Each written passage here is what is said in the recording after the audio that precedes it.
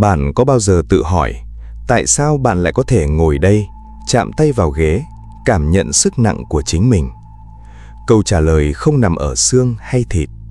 Nó nằm ở một thứ vô hình, một trường năng lượng bao phủ toàn bộ vũ trụ. Và nếu thứ đó biến mất, bạn, tôi, mọi thứ chúng ta biết sẽ tan thành ánh sáng trong tích tắc. Thứ đó có tên gọi và thực sự tồn tại. Người ta gọi nó là trường Higgs, và hạt sinh ra từ nó được gọi là hạt của Chúa. Hãy tưởng tượng một vũ trụ hoàn toàn khác, không có trọng lượng, không có hình dạng, không có bạn, không có tôi. Nghe có vẻ như khoa học viễn tưởng, nhưng đó chính xác là vũ trụ ngay sau vụ nổ Big Bang. Cách đây 13,8 tỷ năm, mọi hạt vật chất đều di chuyển với tốc độ ánh sáng. Electron, quark, neutrino, tất cả đều tự do, không bị ràng buộc. Không có gì nặng nề, không có gì đứng yên. Vậy điều gì đã thay đổi? Điều gì đã tặng cho vật chất thứ gọi là khối lượng?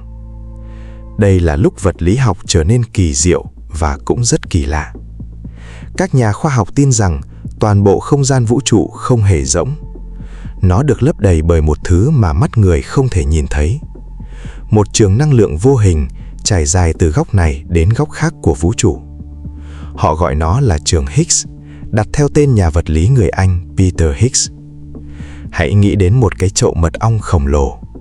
Nếu bạn ném một hòn đá qua đó, nó bị cản lại, chậm dần, và bạn sẽ cảm thấy hòn đá nặng hơn. Nhưng nếu bạn ném một sợi chỉ mỏng, nó trôi qua dễ dàng, gần như không bị ảnh hưởng. Trường Higgs hoạt động giống như vậy. Các hạt tương tác với nó nhiều thì sẽ có khối lượng lớn.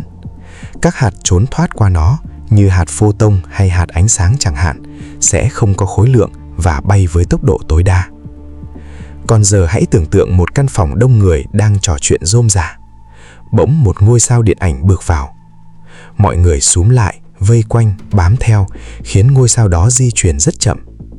Ngôi sao ấy cảm thấy nặng nề hơn, không phải vì cô ấy to lớn hơn, mà vì cô ấy tương tác nhiều hơn. Một người vô danh bước vào, họ đi xuyên phòng dễ dàng, không bị cản bởi ai cả. Hạt vật chất và trường Higgs hoạt động chính xác như vậy. Và để bạn hình dung một cách dễ dàng hơn nữa, hãy lấy ví dụ về hòn đất sét.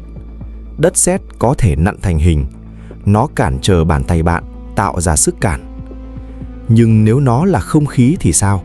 Không khí thì không, bạn vung tay qua mà chẳng cảm thấy gì.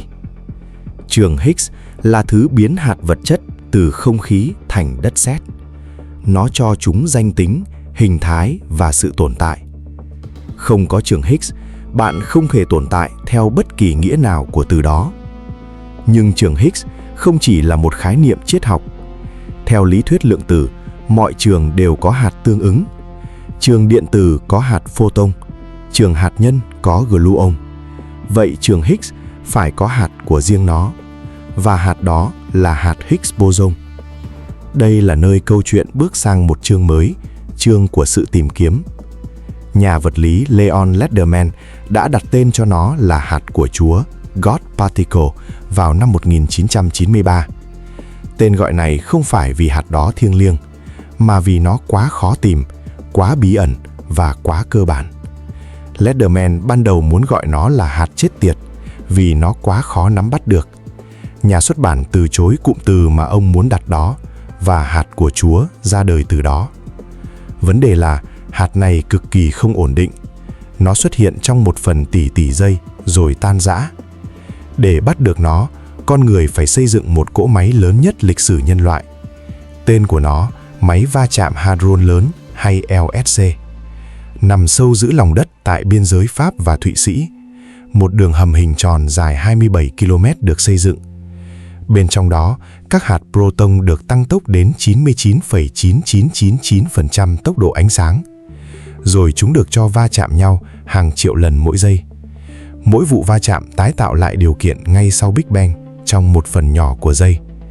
Hơn 10.000 nhà khoa học từ hơn 100 quốc gia, hơn 10 tỷ đô la đầu tư cho dự án và hơn 50 năm nỗ lực của cả nhân loại. Tất cả để chỉ tìm kiếm một hạt. Và ngày 4 tháng 7 năm 2012, lịch sử đã thay đổi mãi mãi. CERN, Tổ chức nghiên cứu hạt nhân châu Âu thông báo họ đã tìm thấy nó. Căn phòng vỡ òa, các nhà vật lý òa khóc. Peter Higgs, người đề xuất lý thuyết từ năm 1964, ngồi đó lau nước mắt. Ông nói, tôi không nghĩ mình sẽ còn sống để thấy ngày này. Có một điều mà các nhà vật lý ít khi nói thẳng ra ngoài, rằng khi họ khám phá ra hạt Higgs, họ không chỉ tìm thấy một hạt vật chất, họ tìm thấy một câu hỏi lớn hơn. Nếu vũ trụ bắt đầu không có khối lượng, thì ai đã bật trường Higgs lên? Tại sao trường Higgs lại có giá trị chính xác để tạo ra nguyên tử, tạo ra phân tử, tạo ra bạn và tôi? Nếu con số đó lớn hơn một chút, mọi nguyên tử sẽ sụp đổ. Nếu nhỏ hơn một chút, chẳng có gì hình thành cả. Một nhà vật lý trẻ từng nói rằng, khi tôi đọc về trường Higgs lần đầu, tôi khóc. Không phải vì nó đẹp, mà vì tôi sợ. Logic nói với anh rằng, đây chỉ là vật lý, chỉ là con số, chỉ là quy luật tự nhiên. Nhưng cảm xúc thì thầm, không thể nào chỉ là ngẫu nhiên được. Và đây chính là nơi khoa học và triết học chạm nhau. Bạn có thể tin vào dữ liệu và vẫn cảm thấy thực sự ngạc nhiên trước sự hoàn hảo của vũ trụ. Hai thứ đó không mâu thuẫn, chúng chỉ đơn giản là hai cách nhìn vào cùng một sự thật. Nhưng câu chuyện vẫn chưa kết thúc. Thực ra, nó mới chỉ bắt đầu. Một trong những điều bí ẩn nhất mà vật lý hiện đại phát hiện ra là thế này. Trường Higgs có thể không ổn định. Đây không phải giả thuyết điên rồ, đây là kết quả tính toán từ các nhà vật lý hàng đầu thế giới. Khái niệm đó có tên metastability hay sự ổn định tạm thời. Nói một cách đơn giản, trường Higgs hiện tại của chúng ta giống như một quả bóng đang nằm trong một cái hõm nhỏ trên đỉnh một ngọn đồi lớn. Nó đang yên ổn, nhưng không phải ở trạng thái năng lượng thấp nhất. Một ngày nào đó, có thể sau hàng tỷ năm, nó có thể lăn xuống. Và nếu điều đó xảy ra, một bong bóng chân không, vacuum bubble, sẽ hình thành. Nó lan rộng với tốc độ ánh sáng. Và mọi quy luật vật lý, mọi công thức hóa học, mọi sự sống mà chúng ta biết sẽ bị xóa sổ.